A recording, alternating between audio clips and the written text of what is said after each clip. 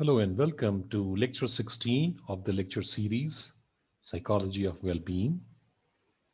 Today in this lecture, we are going to explore or rather revisit objective well-being or objective conditions as deemed by experts or expert psychologists to be important for having an experience of well-being and how those objective conditions can be improved or can be made more conducive for well-being, particularly amongst the disadvantaged groups.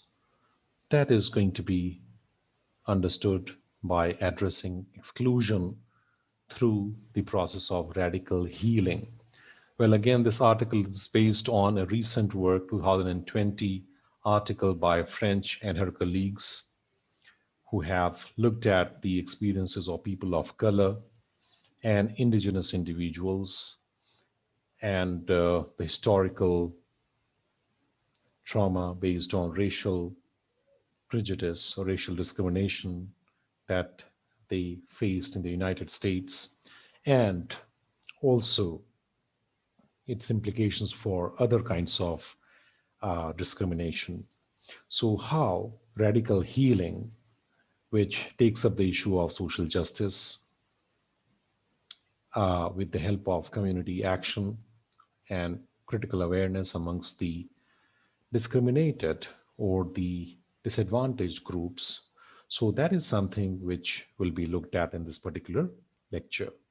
So we will revisit the objective conditions for well-being or objective well-being by looking at the potential of addressing exclusion through radical healing.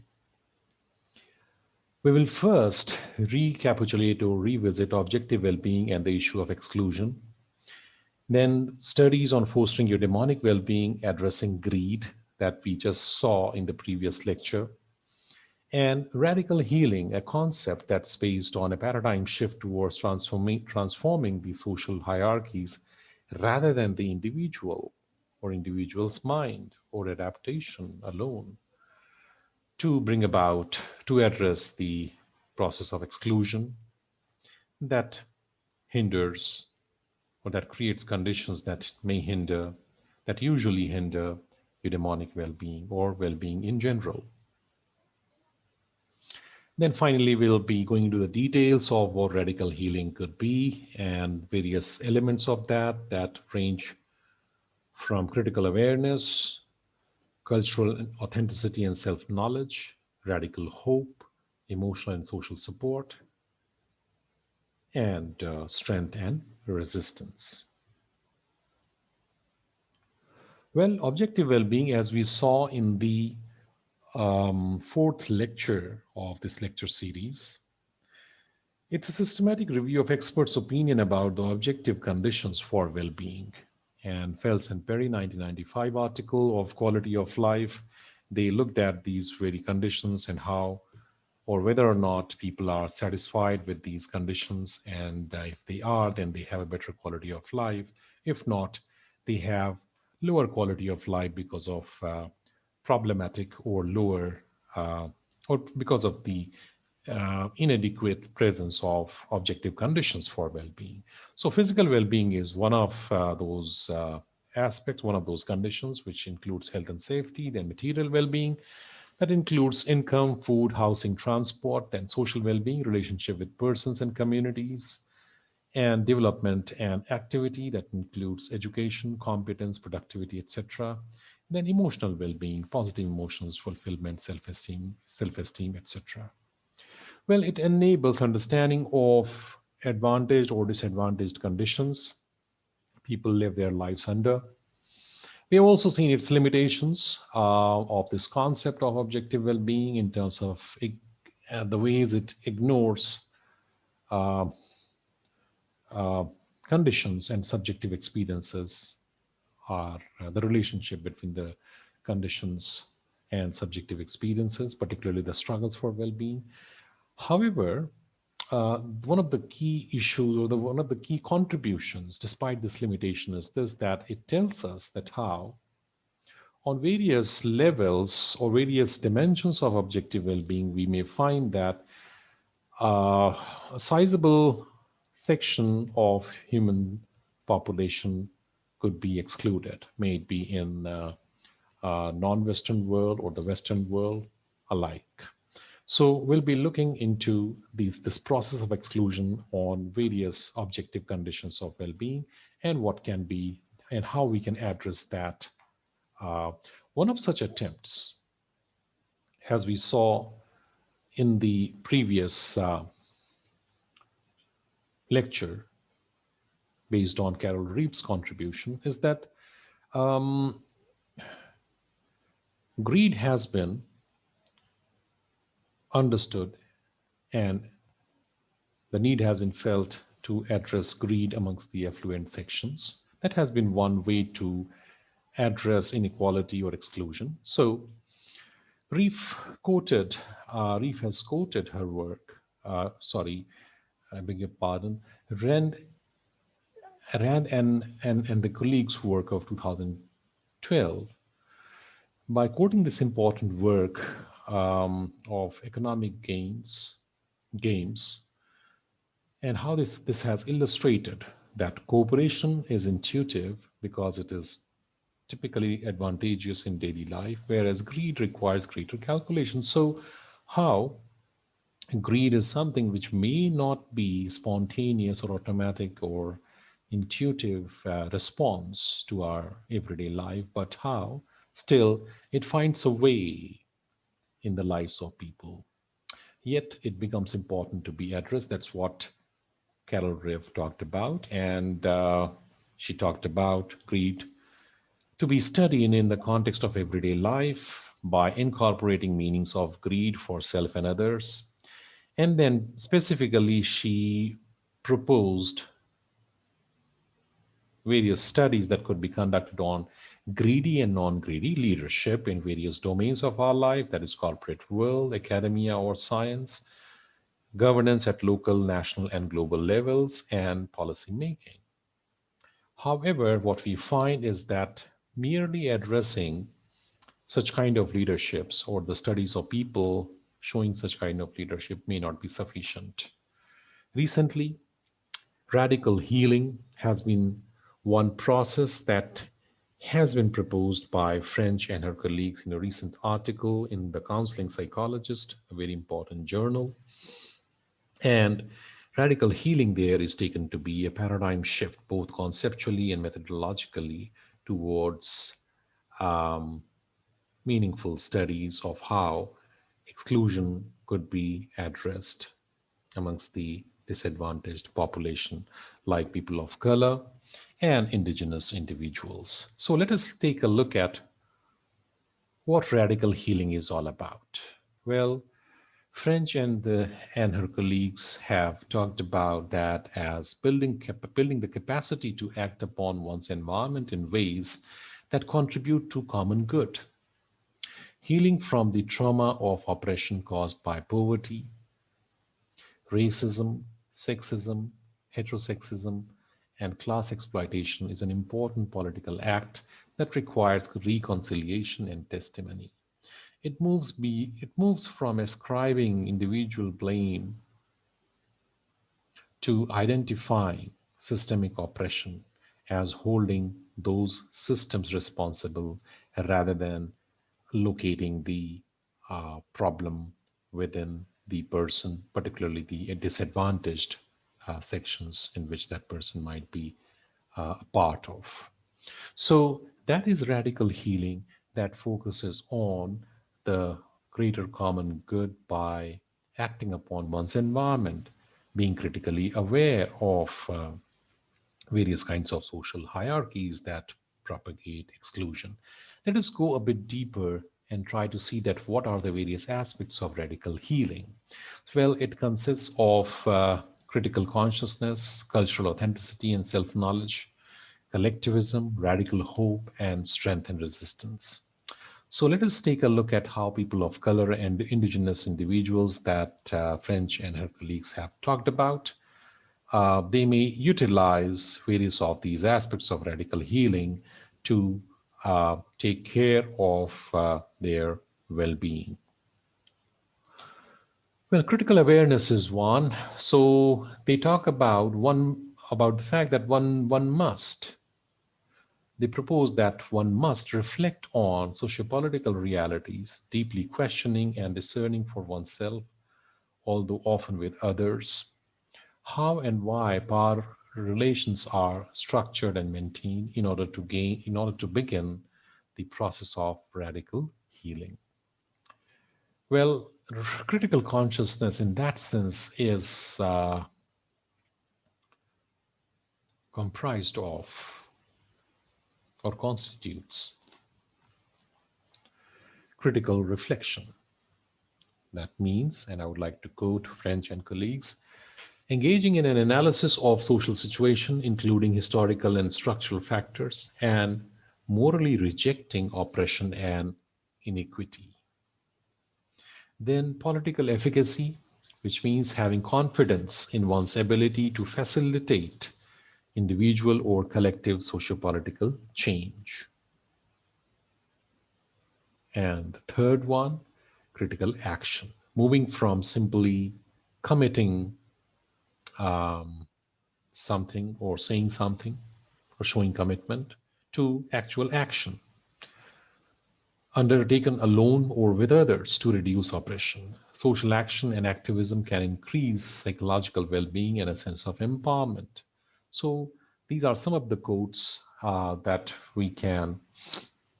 can help us take a closer look at critical consciousness, uh, where one becomes critically aware of and questions sociopolitical sources of various kinds of miseries of the excluded sections. So the next one is cultural authenticity and self knowledge. What does it mean? Radical healing consists of, as French and her colleagues pointed out, consists of returning to ancestral roots. It requires resisting colonized knowledge and practices as the only way of knowing and instead honoring ancestral wisdom and cultural teachings. Within indigenous practices, spirituality and harmony are the center of wellness where the body, mind, and spirit are interconnected.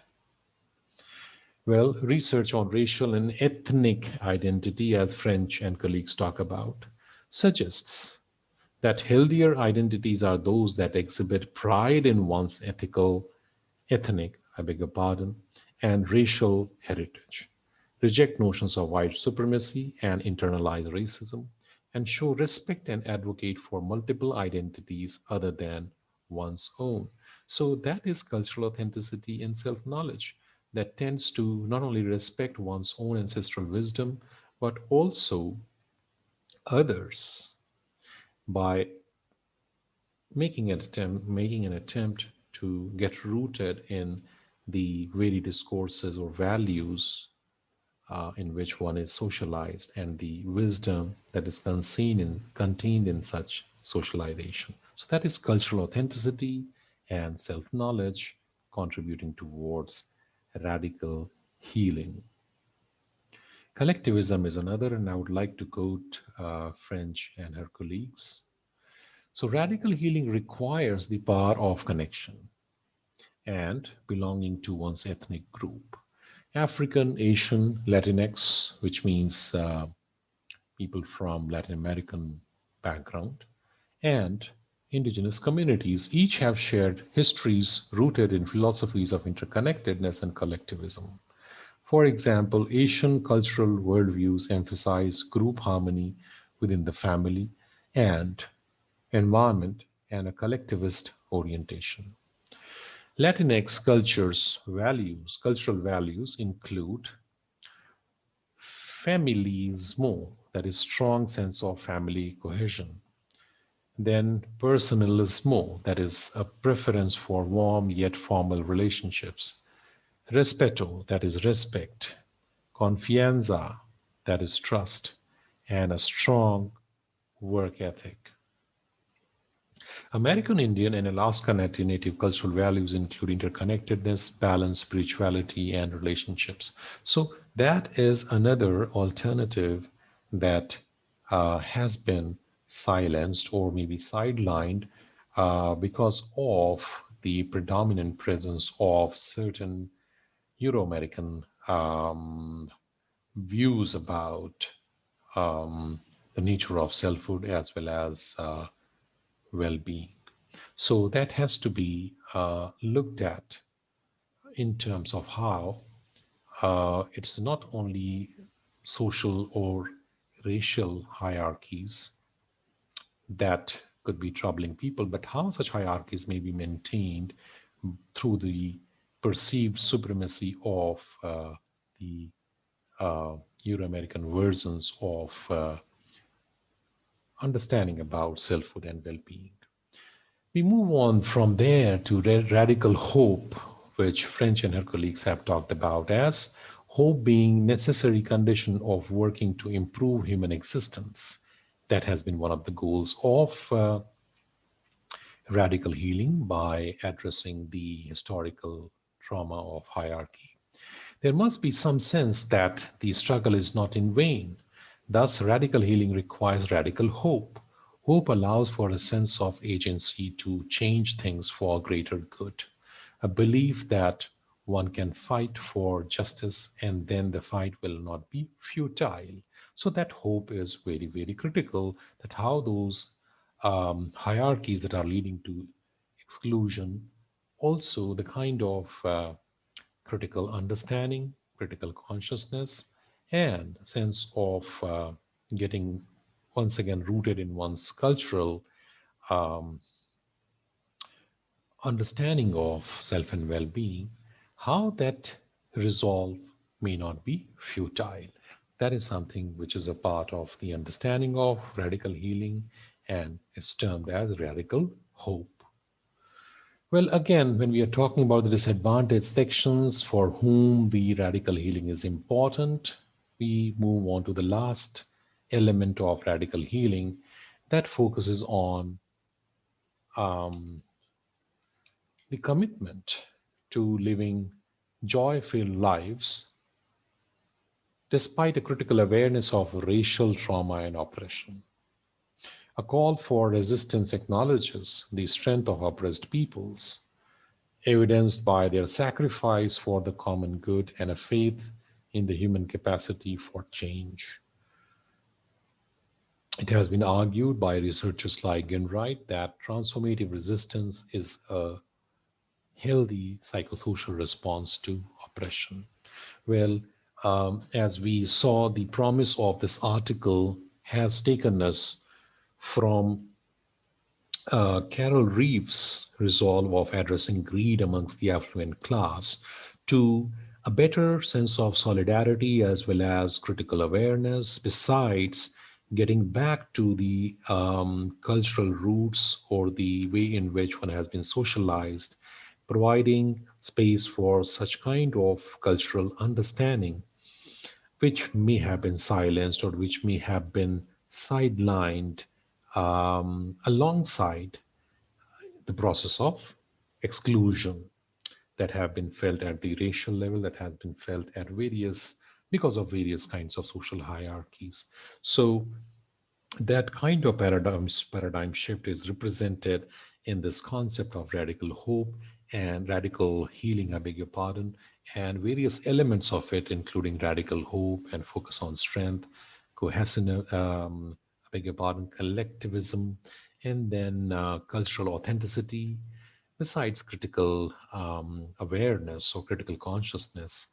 One may visualize this as an important area of qualitative research where one may like to engage with the ways in which critical awareness regarding hierarchies and how to deal with that with the help of solidarity amongst the disadvantaged sections by getting back to their own roots that may be possible. So I hope this particular lecture has given some insights into this important process with the help of the contribution from French and her colleagues' article published in the Counseling Psychologist. Thank you very much.